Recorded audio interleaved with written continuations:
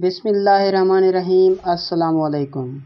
قاہرہ جو کہ دنیا کے سب سے بڑے دریائے نیل کے کنارے آباد دنیا کے تاریخی شہروں میں سے ایک ہے۔ اس شہر کی سیر کرنے لوگ دنیا بھر سے آتے ہیں۔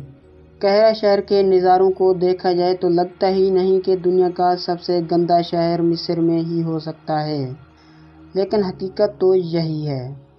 قاہرہ میں سٹی آف دا ڈیڈ کے نام سے ایک قبرستان واقع ہے، جہاں سے صرف 1 کلومیٹر کے فاصلے پر وہ علاقہ آتا ہے جسے دنیا کا سب سے گندا شہر قرار دیا جاتا ہے۔ دنیا اسے منشیات ناصر یا کچرے کا شہر کے نام سے جانتی ہے۔ اگر آپ زندگی میں کبھی یہاں آئیں تو آپ کو یہاں کی ہر سڑک، ہر گلی پر گندگی اور کچرے کے ڈھیر دکھائی دیں گے۔ کہیں آپ کو پلاسٹک کی استعمال شدہ بوتلیں اور گندے ڈرم دکھائی دیں گے، تو کہیں کوڑے سے بھری ہوئی بوریاں۔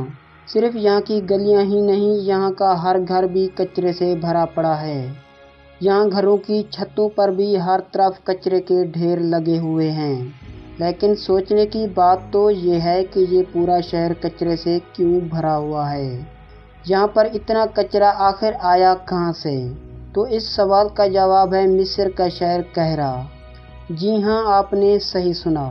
قاہرہ شہر کے کچرے کو یہاں لایا جاتا ہے اور اسی کچرے سے یہاں رہنے والے ہزاروں لوگوں کا گھر چلتا ہے۔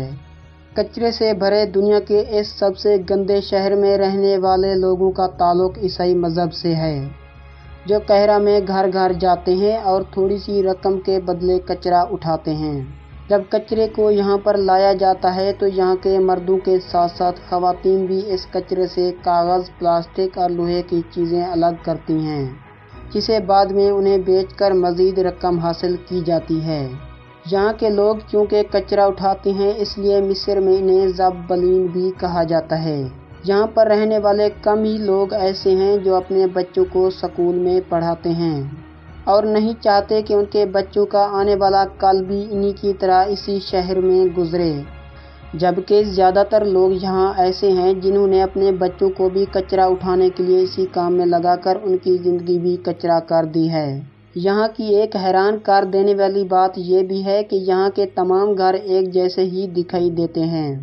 زیادہ تر گھر 6 منزلوں پر مشتمل ہیں، جبکہ کچھ عمارتیں تو اس سے بھی زیادہ بلند ہیں۔